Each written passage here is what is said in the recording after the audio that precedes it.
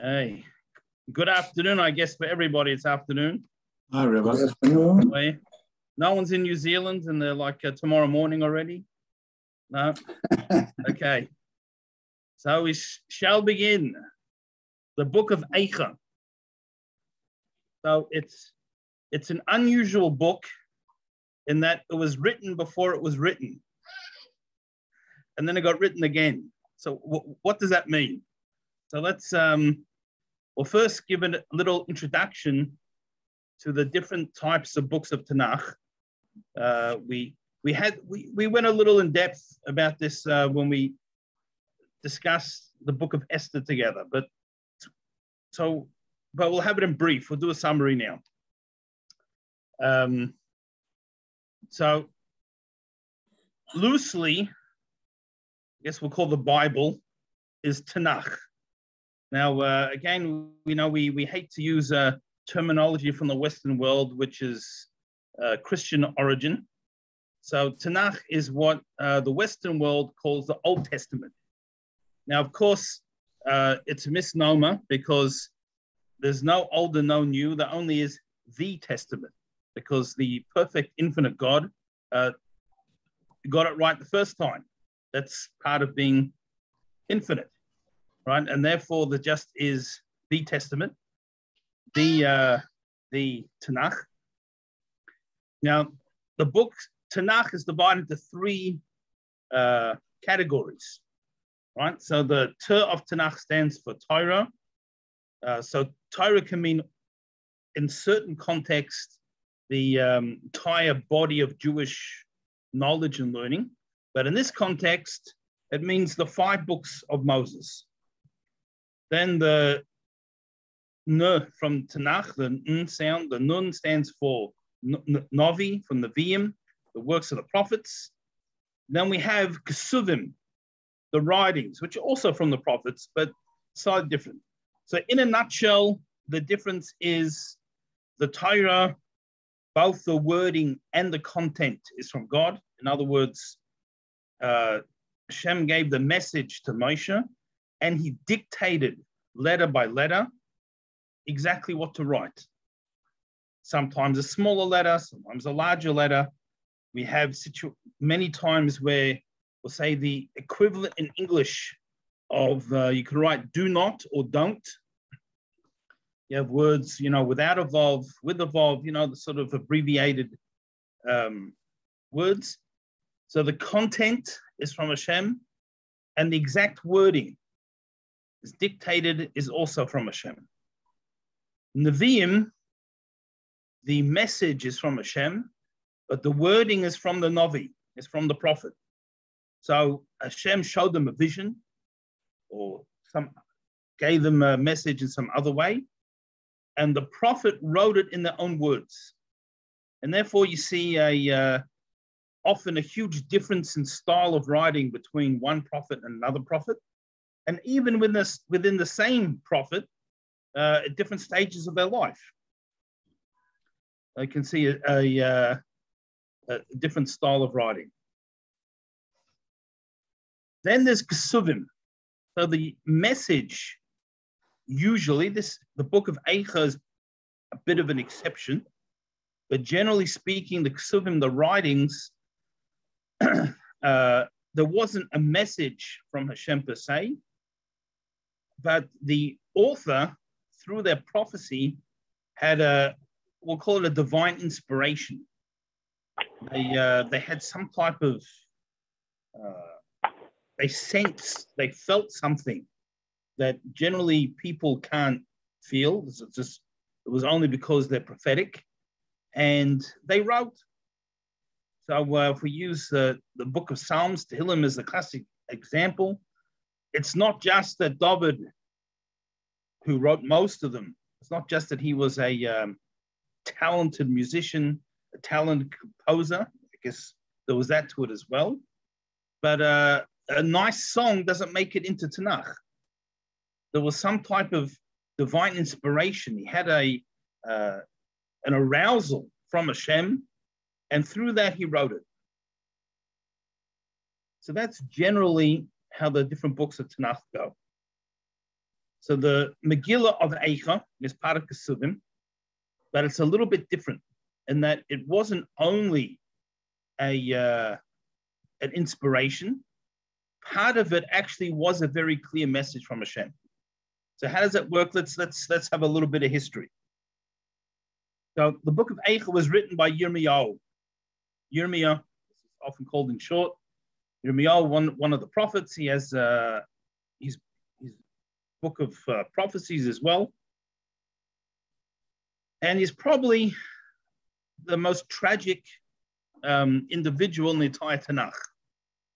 You know, he essentially spent his entire adult life trying to stop the destruction of Jerusalem in the first base of Mikdash and all the resulting loss of life. Right? Hashem gave him that task. He spoke to people. He wrote. He spoke publicly. He went to the leaders.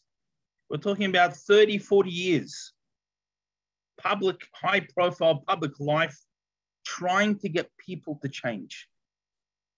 And unfortunately, he wasn't successful. And because he was giving the unpopular message, he was beaten on occasion. He was put in prison, both literally like a dungeon prison, and other times like a house arrest. He was limited to certain places he could be. Very tragic. And then in the end, I mean, we'll just skip, after the whole destruction. So when Jerusalem was besieged and the war was going on, Yirmiyahu was in prison. And, he was saying, we have to change. They're going to win. And so they put him in prison. And when the Babylonians came in, they decided that this Yirmiyahu fellow, he's one of our boys. He was on our side. He was telling everyone we're going to win. So they took him out of the dungeon, and they wanted to honor him. And they're putting other Jewish people in chains, and he runs and tries to put the chains on himself.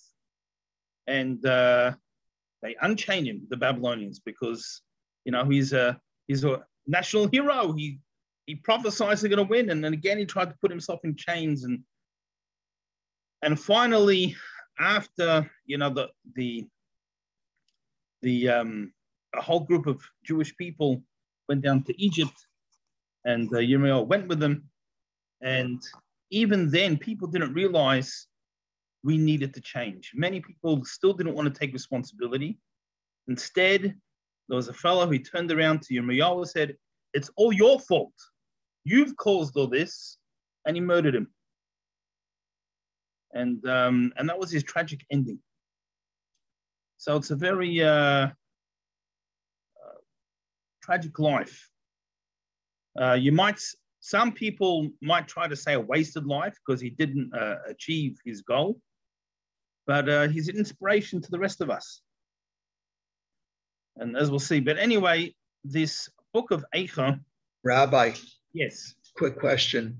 I don't know the details, but they say that Job is the most suffering of all the people in the Tanakh, in the Torah. Yeah, he probably. Well, first of all, it's a question whether he actually existed or not. And that's the Talmud has that debate. In the Gemara, there's debate: is he a parable or is he real? And there's really no conclusion. But let's presume he was real. So he definitely suffered the most. But Yirmiyahu's life was more tragic. I'm not saying he personally suffered or felt more pain, but it was probably the most tragic. And as I said, he spent his entire adult life. Imagine someone knew prophetically the Holocaust was going to happen, and they spent their entire adult life trying to stop it. And then, unfortunately, they had to witness the lack of success and see everything that happened. Imagine how broken they would be. And, not that we can compare one tragedy to another tragedy, not that we can say that the loss of one life is more tragic than another loss of life, but in many respects, you would say the destruction was worse than the Holocaust. not quite the same numbers, but, well over the million mark, maybe more.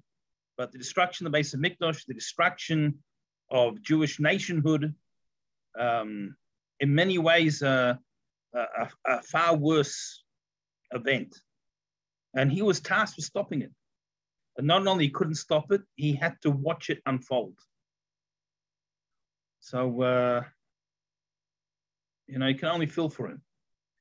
Now, when we say this book was... What was he blamed for when he was killed? For the Exodus? Right. The whole time he's telling people, we have to change. It's another important point to make out, just for answer the question, just to make this point.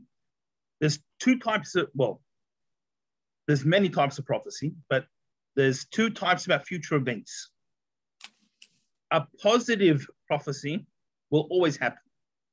If a prophet is given a message that, I don't know, something positive. We'll take you out of Egypt. That's right. It's always going to happen. A negative prophecy is dependent. In other words, negative prophecy is the course you are on, this is what's going to happen. But the purpose of this prophecy is hopefully you will change course and avert this happening. So it's a heads up. Yeah, so a negative prophecy doesn't have to happen. So Yirmiyahu was giving the negative prophecy. He was saying, look, and we have in different chapters, we're not starting the book of Yirmiyahu, but in that book, he lists various things that they're doing. He discusses certain faults in society, but he's telling them, this is what's going to happen if we don't change. Now, people didn't believe was going to happen, again, sidetracking, but just to help us understand the situation.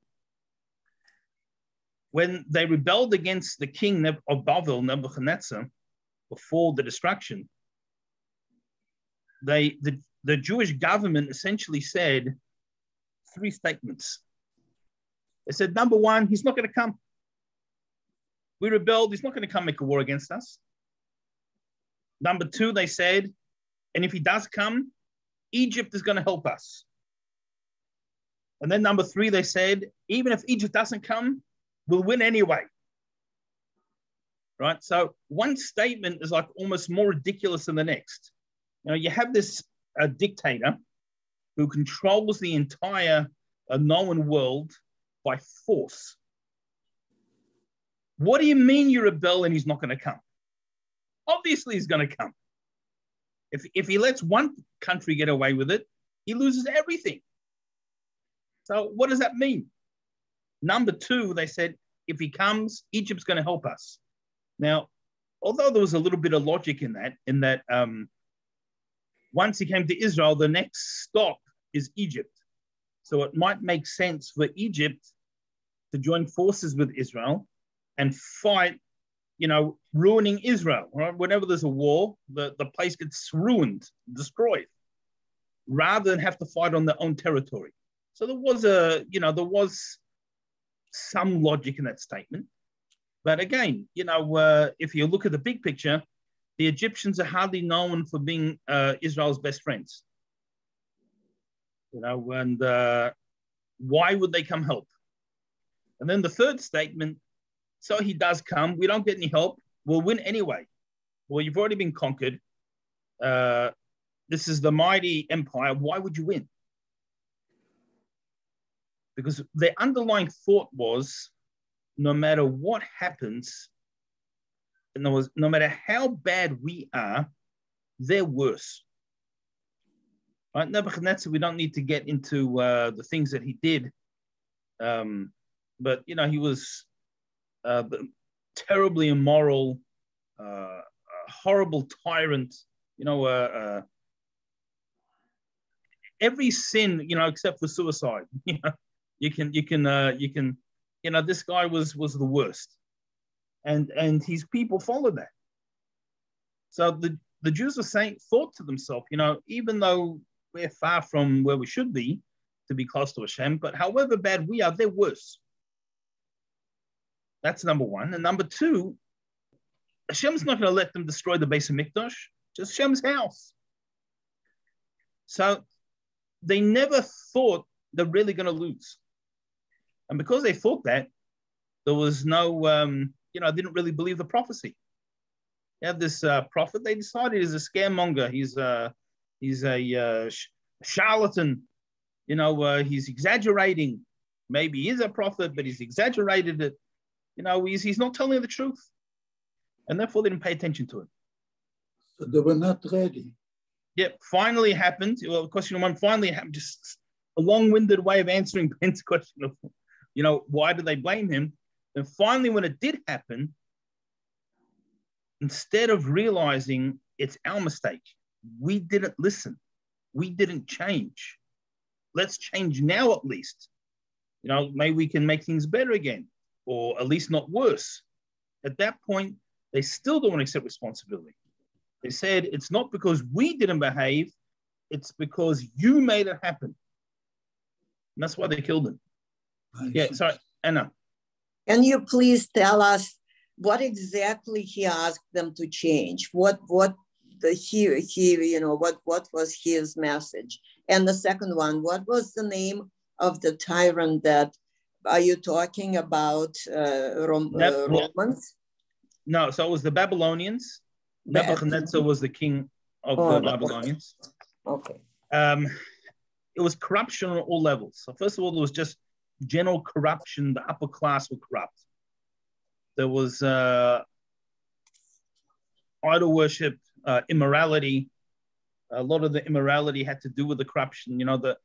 The masses were still reasonably Jewishly observant, but the upper class, the royalty, the Kahanim, the rich were, there was adultery, there was idol worship, there was cheating, was taking advantage of the regular people. It was just a totally corrupt, and the whole country by default. Then what ended up happening was,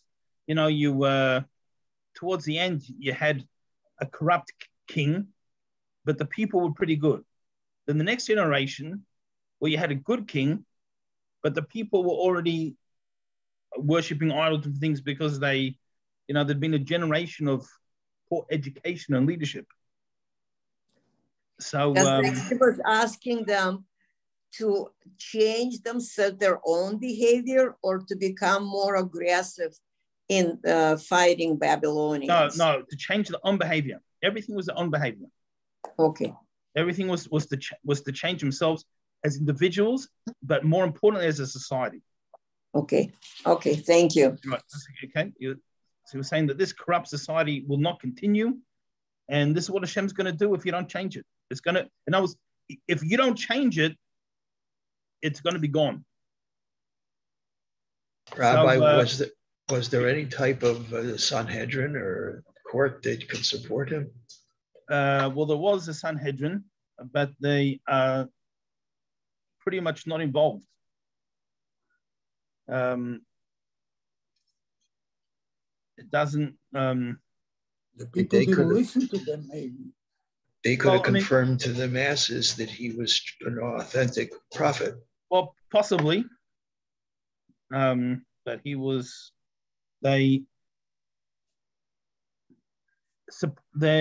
totally silent, pretty much. I mean, there's a few individuals, but as a group, and probably the corruption had reached there as well. So when I say it was written before it was written, so the book of Eicha is essentially commiseration after the destruction, and it's 5 chapters. However, before the destruction, Hashem showed Yirmiyahu the destruction. He witnessed it. Right? Prophetically, this is why I'm saying that most books of the prophets are just divine inspiration without an actual message from Hashem. In this case, Hashem showed him what's going to happen, or at least at that stage, what could happen. And the idea was to avert it. But if we don't change, this is what's going to happen. And then Hashem told him to write a book, write about it. And he wrote 3 chapters of our current 5. Chapters 1, 2, and 4. The current 1, 2, and 4. And Hashem told Yirmiyahu to take this scroll to the king. Let him read it. Let him see what's going to happen. So anyway, he took it to the king. He showed him the book. You know, he reads a few lines, and he says, you know, this is trash. You know, this is a conspiracy. This is rebellion. You know, and he throws it into the fireplace, burns it. You know, Yirmiyahu ends up in prison, one of his prison stints, and it just, unfortunately, the message was totally lost and wasted. After the destruction, he rewrote the book again at Hashem's command, but he added. You know, it's one thing to witness something, thinking we're going to stop it. You know, it's a simulation, so to speak. It's another thing to actually live through it. And after actually living through it, he added another few chapters. Now, the original chapters, not one of the additional chapters, but the original ones and one of the additional one are written in the order of the Aleph base, of the Hebrew alphabet. So the first verse starts with an Aleph, the second verse starts with a base.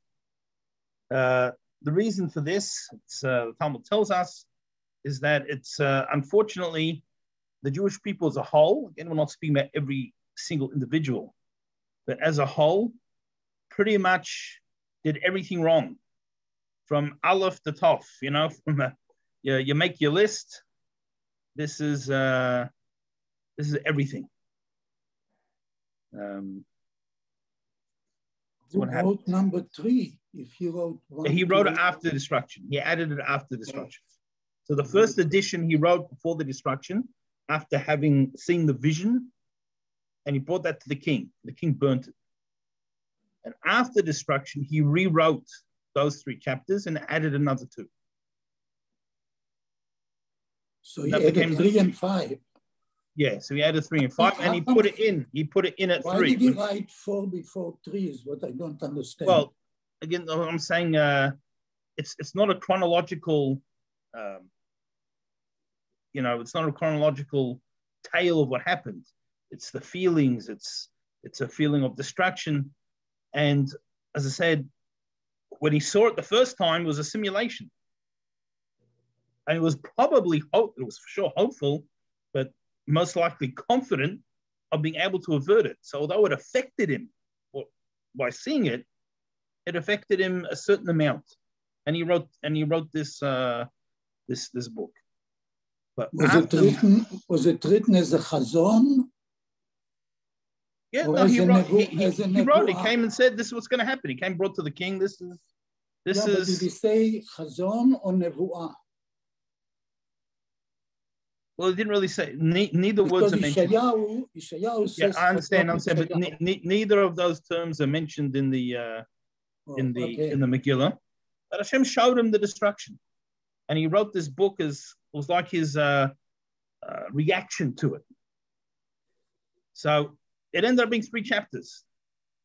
When he witnessed it and he lived through it actually happening, it had a far larger effect on him. And he added it. And why, I guess, when he put in what's called chapter 3 today, before his final, I guess, whatever expressed in 1 and 2, he felt that it wasn't sufficient. When he actually lived it, he had to add to that. And then he had what we now call 4, which is part of the original. And then even that was not enough. He had to add something after that as well. This is what happens. Okay, so the Talmud tells us that there were 3 prophets who used the word Eicha. Right? There was Moshe, Yeshaya, and Yirmiyahu. Moshe, he uses the Eicha. Somebody is eating nuts or something. Yeah, I'll mute it. Hackers. Enjoy them. So the Moshe mentions Eicha. He saw Yisrael in its glory, a huge nation, developing into something special. Right? Yeshaya uses the term Eicha. He was before Yirmiyahu, and so to speak, he compares the Jewish people to a harlot in the way they're going after idols, and he's saying, he saw them in their disgrace. And then finally, Yirmiyahu, he uses the term Eicha. He sees them after the destruction, at their lowest point. There's not really an exact translation for the word Eicha. Many translations, they use it, says, like, alas, this has happened. It's like how, this is, and, in this one lesson, we're going to have time to go through each verse, but we'll start with the beginning a little bit, and then we'll skip to a few points. The first image that Yirmiyahu was giving is of the city of Yerushalayim. So it says, Eicha Yashva Badad, he says, she's sitting alone. The city is sitting all by herself. And it uses the term Ka'almona, like a widow. That's very important, just by the way, and the Talmud emphasizes this, that's Ka'almona, like a widow, not an actual widow. Right? An actual widow, God forbid, the husband's not coming back. But she's sitting alone like a widow. Eventually will return. Quite possibly that return has already begun. Eventually there'll be a Beis HaMikdash again. Yerushalayim will be restored to its glory. The Beis HaMikdash, or the Jewish people living there.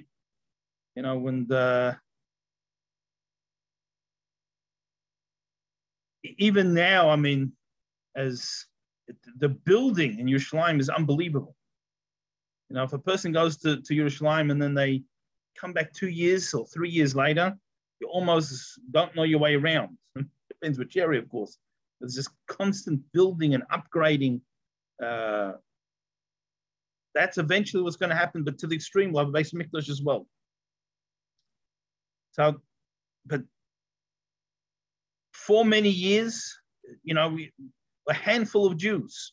There were many years that Jewish people were not allowed to live in Yerushalayim. There was the Ramban, right? The famous Ramban, he lived in the 1200s. He had to escape, without getting to the whole story, but he was a big Rav in Spain. He was essentially one of the main leaders of the Jewish world. And he was forced to debate against the church. There was a Jew apostate, Pablo Cristiani, and he got the king of Spain to force the Jewish people into a debate. So the Ramban said, how can I debate? Everything I'm going to say, you're going to consider heresy, and I'll get executed. It's like, I can't answer the questions. It's an unfair debate. So the king guaranteed him freedom of speech. So in this freedom of speech, he obviously wiped the floor with this fellow, but it was the classic case of winning the battle and losing the war, because even though he had freedom of speech, they wanted to kill him anyway. He had to run away. And after that, there were many years of debates till finally the expulsion of the Jews, and there was no free speech. And often the people who were representing the Jewish community in the debate were forcibly converted. And, so it was, but anyway, the Ramban, he ran away to Israel. He went off to Yerushalayim, and in Yerushalayim, he's with the addition of him, he still had to bring another 2 Jews from Hebron to make a minyan. He moved another 2 Jews from Hebron, and that made the minyan. So there weren't 10 adult Jews, or at least not 10 adult Jews interested in going to shul in Yerushalayim. You know, and that's how Yerushalayim has been alone for many, many years. So she's like a widow, and she's weeping bitterly.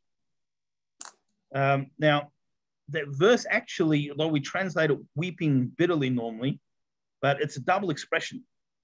It says Bochel Tifket. She's like crying. So why does it have a double crying? So the Gemara tells us in Sanhedrin that he's actually alluding to the destruction of both temples. Yerushalayim, the reason we say she's crying twice is double expression, crying over the first Beis Mikdash and the second Beis Mikdash. Even though when this officially became a book of Tanakh, the second Beis Mikdash had only just been built. And when I say built sort of, I mean the original version of the second Beis Mikdash was like a wooden fort. You know, it was a long time till it became the famous stone and marble building that we see today. You know, that we normally see a model of second Beis Mikdash. That was the last 120 odd years, and it was around for 420 years. So that's one of the explanations. There's a few other explanations. There were 2 tribes, 2 main tribes, who were exiled at that point. Now, we'll just go back a step. So we have the 12 tribes. Okay, we're going to loosely call them the 13 tribes, because sometimes we divide the tribe of Joseph into 2, into Menachem and Ephraim, and sometimes we count it as 1, and we look at the tribe of Levi. So depending on what context, when it came to inheriting the land, the tribe of Levi did not inherit the land. There were 12 tribes who inherited the land. Joseph got the double portion of the firstborn, and they inherit the land. When it comes to spiritual heirs, you know, we include Levi, and we don't look at the inheritance. So let's loosely call it 13 tribes. The lost 10 tribes. Now, they were taken away in exile in different stages. Didn't happen all at once. We'll go back even a step before that. We should go back a few steps. So we have the first king of Israel, King Saul, Shaul Melech, followed by King David, and followed by King Solomon, Shlomo Melech. After Shlomo passed away, the kingdom divided into 2. And there became 2 independent kingdoms. There was the kingdom of Yisrael, which had its own king, and there was essentially 10 tribes. Then there was the kingdom of Yehuda, or Judea, which is, I guess where the term Jew comes from by the Romans. So that was with its separate kingdom, and the Beis Mikdash was in that kingdom, and it had its own king. So there were times, a few hundred years, where you had 2 separate Jewish kings, 2 separate kingdoms, occasionally even fought with each other. Generally speaking, the kingdom of Yisrael was just a downward spiral. There's no such thing as a straight graph, so you had a few upward bumps, but the general trend was a downward graph, spiritually, religiously, nationally, and that's why they were lost so easily. Once they got mixed up in other nations, they assimilated rapidly. The kingdom of Israel was the kingdom of Yehuda was a slow downward. You had big ups and downs, but unfortunately was always a down that followed the up, and that eventually meant that you kept going down because you never completely recovered. So there's these two kingdoms, and the kingdom of Israel, Yehuda and Benjamin, right? So the kingdom of Yehuda was the tribe of Yehuda, the tribe of Benjamin, but also about half the tribe of Levi. Most of the Kahanim and a good portion of the Kahanim, could even be more than that, that's probably, let's say 2/3 even, lived in the kingdom of Yehuda. So it was two, let's loosely call it 2.5 tribes. As well as that, there were members of all the other 10 tribes. Not enough to be a significant group, but at least some of every tribe. And this happened on a few occasions. You know, as the kingdom of Israel was going downhill, there were certain members of the 10 tribes who wanted, they wanted to stay proper Jews. They wanted to be the God of Beis Mikdash. And although the border was closed, they smuggled across the border. There was different times. There were times where those who were loyal to Hashem were sort of collected. So there was groups of everyone. If you ever go to Yerushalayim and you see you go to the Ir David, right? David's palace, essentially, that they've excavated, and they have video, different things that they show there. And one of the things that they show is actually the different hills and where the people who came from the other tribes, where they came in, and they were actually outside the wall of David's wall. Right? Although it's part of what we call the old city today, it was actually outside. And anyway, there's a model there. You can see where they lived. But so you had 2.5 tribes with a smattering of all the other tribes. But primarily, there was 2 tribes in their ancestral land that was there. So that's another explanation for the double expression. That the tribe of Yehuda and the tribe of Benjamin were both taken away from the ancestral land. Another explanation is that Yerushalayim makes others cry.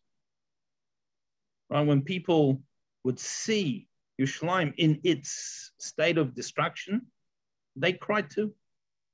So the double expression refers to both. And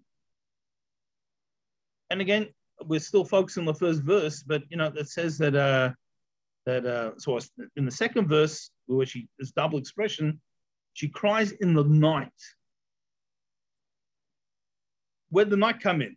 Right? I mean, it's someone who's a widow maybe cries all the time. What's the night? So the night's referring to the night of Tisha B'Av itself. This was when the spies, of course, how did Tisha B'Av happen? When the spies, Moshe sent 12 spies to spy out the land of Israel. 10 came back and gave a negative report, and people went into panic mode, and they cried. They said, we're finished, we're over. And unfortunately, they opened the channels of negativity, and that's the night that's being referred to.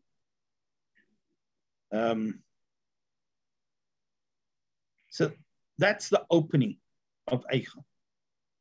Just one side note that's important to point out, and it's hinted to in the third verse, but just a little bit of background so we understand what we're saying. Any other nation that had a total destruction like that is long gone. Particularly in the ancient world, you look at, there might have been mighty empires. Once they were overrun, the land destroyed, they're gone, finished.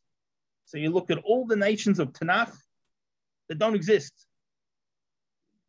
There's nothing left. They're all gone. Only the Jewish people survived and continue to survive. I mean, and forget the ancient world, even the more sort of more recent,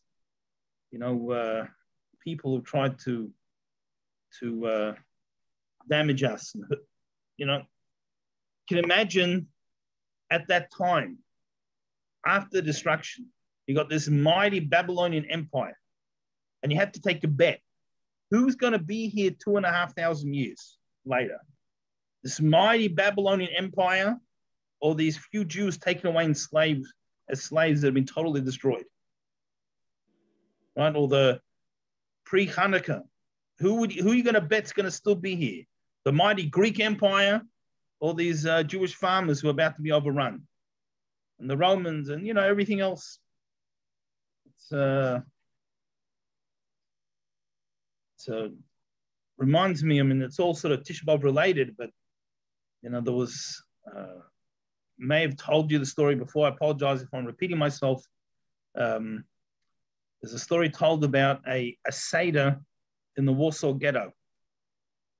And after the boy asked his father, the Manish Tana, the 4 questions, he says, "Father, can I ask you a 5th question?"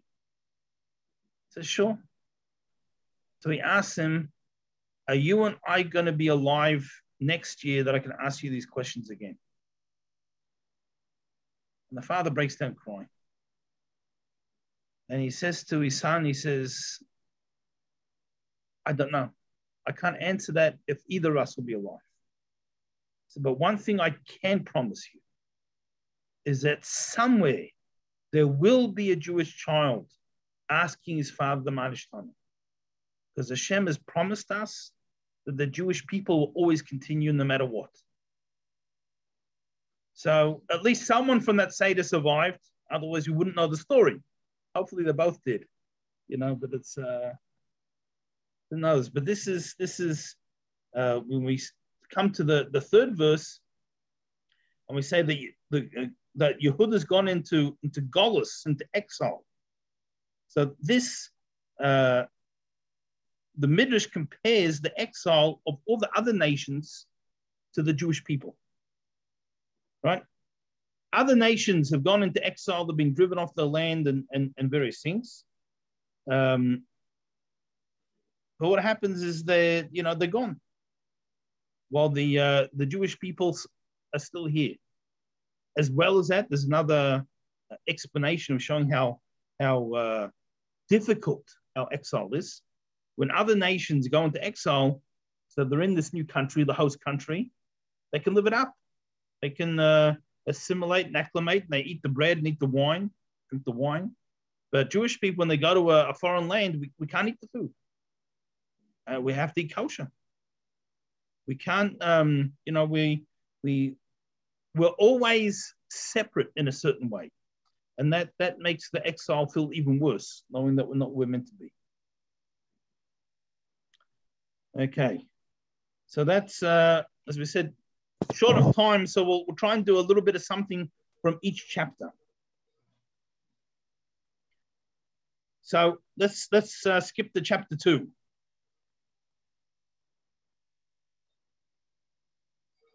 Now, in the beginning, we have an expression that it says Hashem, in his anger, so to speak, has cast down from heaven and earth the glory of Israel. That says he doesn't remember his footstool.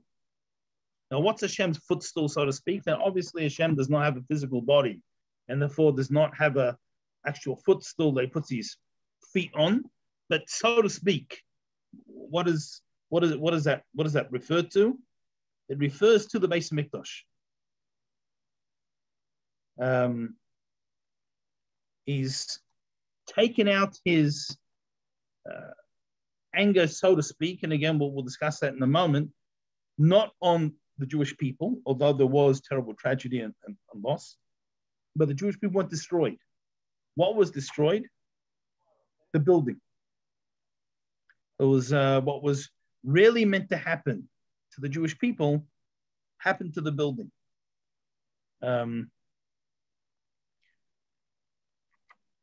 Just clarify, we're talking about Hashem being angry, various things. We'll go on a bit of a tangent to try and understand these expressions a little bit easier. Now, no human concept can apply to Hashem, but we use these terms because it conveys some meaning to us. So, for an example, when we say that Hashem spoke, right? That doesn't mean that the breath came out of a mouth and the sound came out. What does it mean? When a person speaks, till now, they had a thought that was concealed in their mind that only they knew. And when they speak, that thought is revealed to others. So people know what he was thinking. Sometimes it would have been better if he kept it to himself. But that's the idea of a human speaking. So when we say that Hashem spoke, what we mean is that there was some type of revelation. Till now, there was the person who's getting this message, the message was concealed. They were unaware of it. And Hashem revealed it to them. So whether it's a prophecy or whatever it happens to be. So we use the expression that Hashem spoke. The concealed thought, so to speak, has now become revealed. We're talking about Hashem's outstretched hand. Now, obviously, Hashem doesn't have a hand. But what does a hand do?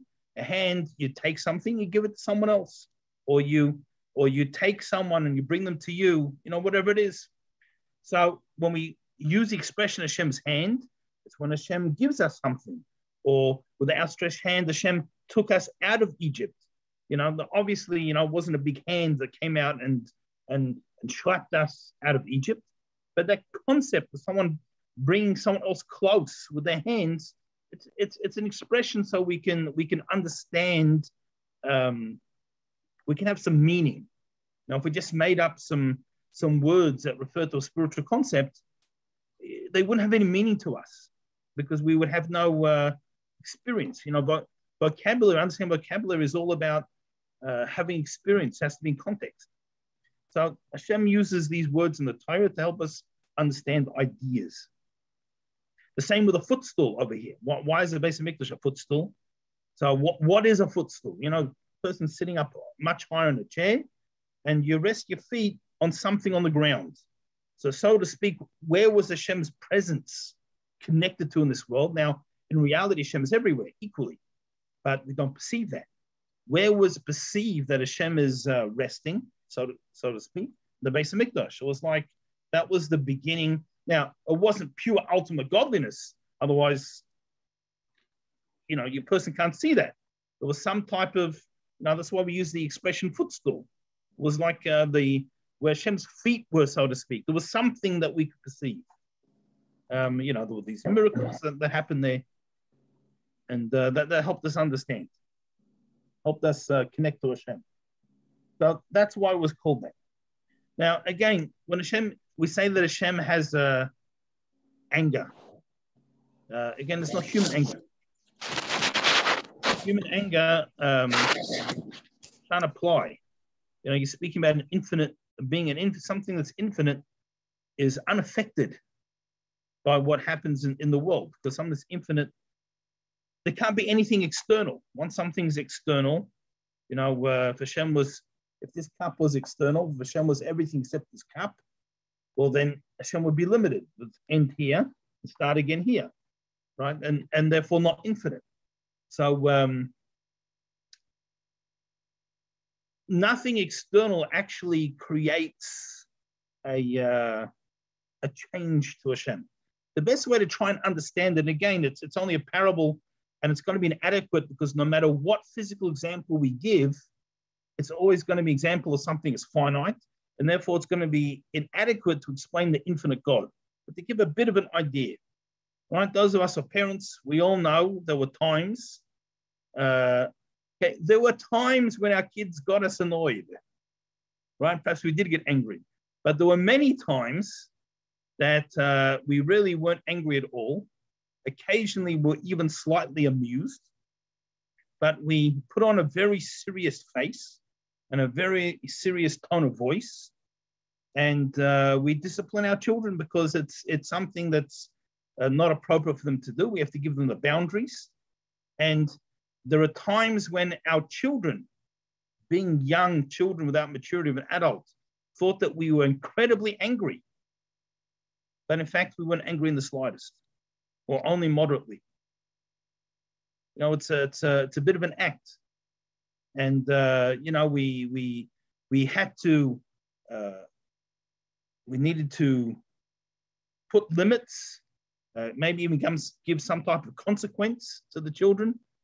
But that's out of love for the child, that they need these boundaries to be able to grow up healthy and safely and as decent human beings. So when we say that Hashem expresses anger, again, in the Western world, again, we don't really want to discuss so much the Christianity, but this is the view that's come into the Western world. Essentially, they look at Hashem as a 2-year-old. If you do what I say, I give you a lolly, you go to heaven, you get a candy. And you don't do what I say, 2-year-old temper tantrum, fire and brimstone, everyone, this is what happens. We did discuss this once in the year before, but this idea, even when the verses say, when we do the right thing, let's say, for example, in the second paragraph of Shema, when we do the right thing, then the rain comes in the right time, and the animals have healthy children, and the crops are successful. And when we don't do the right thing, then the opposite. So if you take that out of context, you could say, oh, well, yeah, looks like a 2-year-old. Do what I want, give you a prize. Don't do what I want, temper tantrum. But it's not what it is at all. We have to put it into context. What are we seeing? The world, to a large extent, is like a machine. It's there's a whole series of spiritual worlds leading to this physical world, and there's certain spiritual energy that flows through all these worlds that make this world work properly. One of the main methods that draws down this spiritual energy is the behavior of humanity. When humanity, and we'll say Jews specifically, but it's humanity as a whole, behave the way they're meant to, they do what we're meant to do, what we were created for. That makes the machine function efficiently. Be a little bit, just again, to give a parable, person has a car. So if you don't tune up, your car and change the oil and various things, so after a while, it starts to run less efficiently. And, sometimes you take your car to the mechanic for a tune-up, when it comes back, it's like, oh, it runs so smoothly. You didn't even notice it was becoming less smooth because it happened slowly over time. And gradually. But if a person never maintains their car, eventually it breaks down. It'll stop working totally. Now, this isn't a punishment. The car's not saying, you didn't change my oil, so I'm going to get you, I'm not going to work. Right? It's the natural consequence of not maintaining the machine. So the world needs to be maintained. And it's through mitzvahs that that energy comes to the world and the world is maintained. So when people are doing what they're meant to be doing, then the world runs efficiently. Rains at the right time, there's plenty of crops, the animals have children, everything goes the way that it should.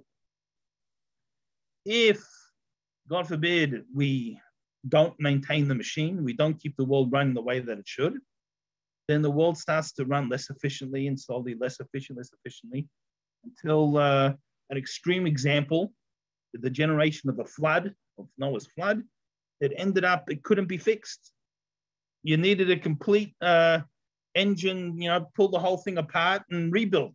Engine rebuild, was you had to start from scratch. It was gone. So that's what's needed to happen. And in order for us to stay on task, as with physical children that need their parent to place boundaries, and when they cross the boundaries, give them consequences, and give the act of being angry at times. So that's how Hashem sometimes reacts to us, to improve ourselves. So to speak, there was some type of anger. And in theory, the anger should have been directed to us, but instead, in Hashem's kindness, it was directed to a building. Okay, just a little. Okay, at any point, questions, please don't feel shy. But a little something from the 3rd chapter. You get something in. Right. So in verse 8 in the 3rd chapter, it says, though I would cry out and plead. Again, we have a Gemara and Brachas. You probably, those who go to the morning class, probably have learned it already, that Rabbi Eliezer says that from the day that the Beis Mikdash was destroyed, the gates of prayer have been shut. Now, just to point out, the explanation for that is when it's not totally sincere. When someone is totally sincere, the gates get bashed open. You know, it's like you can come to a locked gate, but, you know, take out the fireman's axe, right? And the gate's not there for very long. So an absolute sincerity can break down any boundary. Unfortunately, we normally don't feel that sincerity unless it's a time of emergency. Then all of a sudden, you know, with all our heart, it's please God. You know, we have to try and develop that sincerity at all times. So that's a lesson from the 3rd chapter. Just something from the 4th chapter. So it starts off, it says that the gold is dimmed. Now, the gold that it refers to doesn't mean you know, money or the gold. We're speaking about the Beis Mikdash itself and the people of Yerushalayim. Because it's what happens is like this. When you cover something in gold, you gold plate it, it looks incredibly impressive and it shines. Now, if you remove the plating, let's say underneath you had brass, let's say candlestick, solid brass candlestick, and you plated it with gold. So you take away the gold plating and it appears this dull, worn out, you know, thing, but the substance is exactly the same. In other words, it's just as strong. It can achieve the purpose. It's just as much. So Rashi says on this that when we say the people of when the gold is dimmed, this refers to the people of Yerushalayim. We look like now we're in exile, we're totally destroyed, but the substance is still there. We're still the Jewish people with all the credible potential and spirituality to harness, and we can accomplish so much.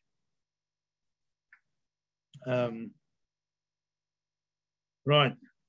So a little something from the fifth chapter, and this one does not go according to the other pace. Right? And chapter 5 is really speaking to us more. You know, it says, remember. Although it's saying to remember to Hashem what's happened, but it's really for us. We need to remember what happened. Now, the point of remembering, of course, is to affect change. And ultimately, the chapter finishes with a repetition of a verse. We say, bring us back to you, Hashem, and we shall return. Renew our days as old. So, and we actually say it twice at the end. A few things to point out from this. When we ask Hashem to bring us back, we're asking for some help. Obviously, it was us, meaning the Jewish people, that caused the situation. So it's us who have to fix it. But sometimes we realize that to really accomplish, we need Hashem's help. So we're not asking for Hashem to bring us back without us doing the work. We're asking for some divine assistance. Hashem, help us out. I'm trying my hardest. Help me out. Then if you initiate, we'll be able to do something. So when the Midrash even comments, there's, so to speak, a disagreement, an argument between the Jewish people and Hashem. Hashem saying, return to me, and we're saying, bring us. So the Kozhnitzer Maggid, the great Tzaddik Rebbe, he says, when we say, don't forget us, you know, who are you defeating if you leave us out? So bring us back to, and we shall return. So anyway, we ask that things should be returned to how it was, that Yerushalayim should be in its glory. And, you know, there's a verse, not in Eicha, that speaks about the glory of Yerushalayim, that there'll be the old people sitting on benches and the sounds of children laughing. You know, if you go to that place today where the prophecy was, there's a square there, and there's benches, and there's often older people sitting having a rest on the bench, and behind there is 2 schools.